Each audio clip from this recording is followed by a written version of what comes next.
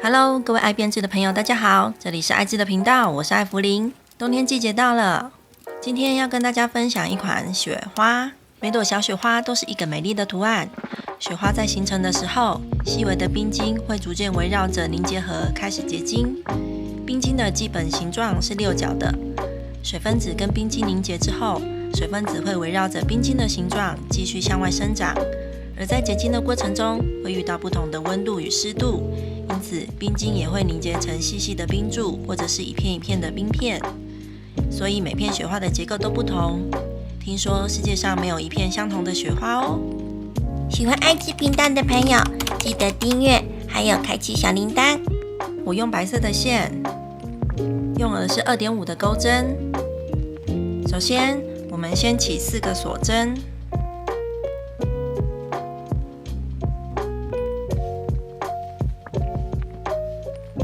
4个锁针之后，在第1个针目上引拔，成为一个圈。接着再起3个锁针，作为长针的起立针。再起2个锁针，2个锁针之后，我要钩1个长针。在这个圈里面，我要钩6个长针，包含这个起立针，而每个长针都有2个锁针隔着。之后，我这片雪花的拓展也会围绕着这6个长针。现在第2圈已经有6个长针，我们引拔在这一个3锁针的长针上。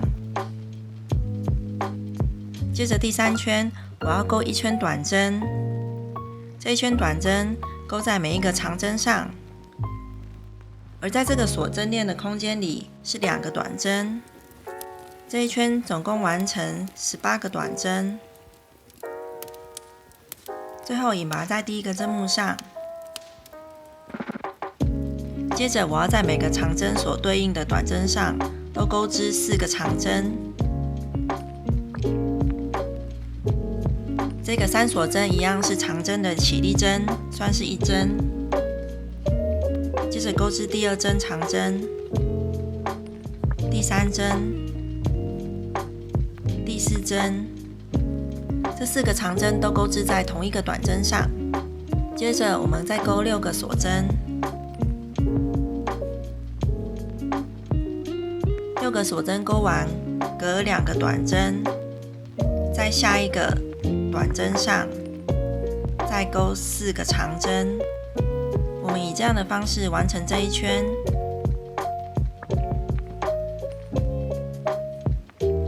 这一圈结束，引拔在这个3锁针的最上面。第5圈，我会在每一个长针上外钩1个长针，而第1个外钩长针，我们引拔完之后，可以先立1个锁针，再将这个针目整根挑起，钩织1个短针，再1个锁针，当作是外钩长针的起立针。外钩长针就是我们挑起上1行的整个针目来钩织1个长针。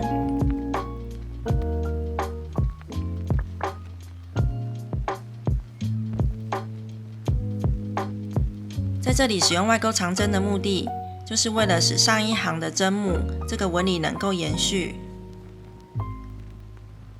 在上1行的4个长针上都钩完外钩长针之后，我们在这个锁针空间里钩织3个短针。我们就是以这样的方式循环钩完这一圈。这一圈的最后，我们引拔在第1个针目上，也就是这个锁针。你在最后一圈钩织的时候，可以加入这种带有闪亮效果的细线。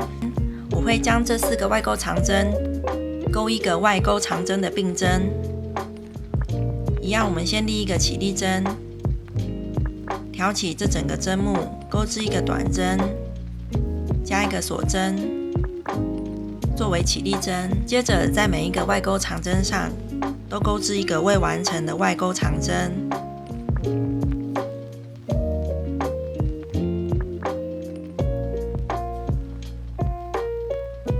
最后再一起引拔，完成这一个外钩长针的并针。接着我要做雪花的结晶效果，我们可以钩3个锁针，回到最底下的这个锁针上引拔，再勾5个锁针，再回到这个锁针上引拔，再3个锁针，再回到同样的针目上引拔，接着我再勾3个锁针，然后引拔在第一个短针，接着继续在下一个短针引拔，再勾3个锁针，再回到这个短针上引拔，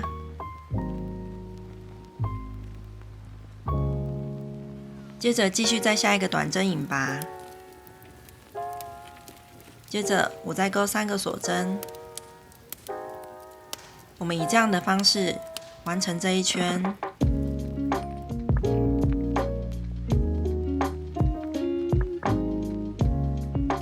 结束之后，引拔断线，将线头给藏起来。这样，这个简单的雪花就完成啦。你也可以在结尾的时候继续钩织一条锁针链，像这样子，这样它就成为一个吊饰了。你也可以在每一圈变换不同的颜色，让这个雪花看起来更与众不同。感谢您的收看，喜欢爱知频道的朋友，记得订阅、按赞、加分享，开启小铃铛，还有欢迎你的留言哦。我们下期见，拜拜。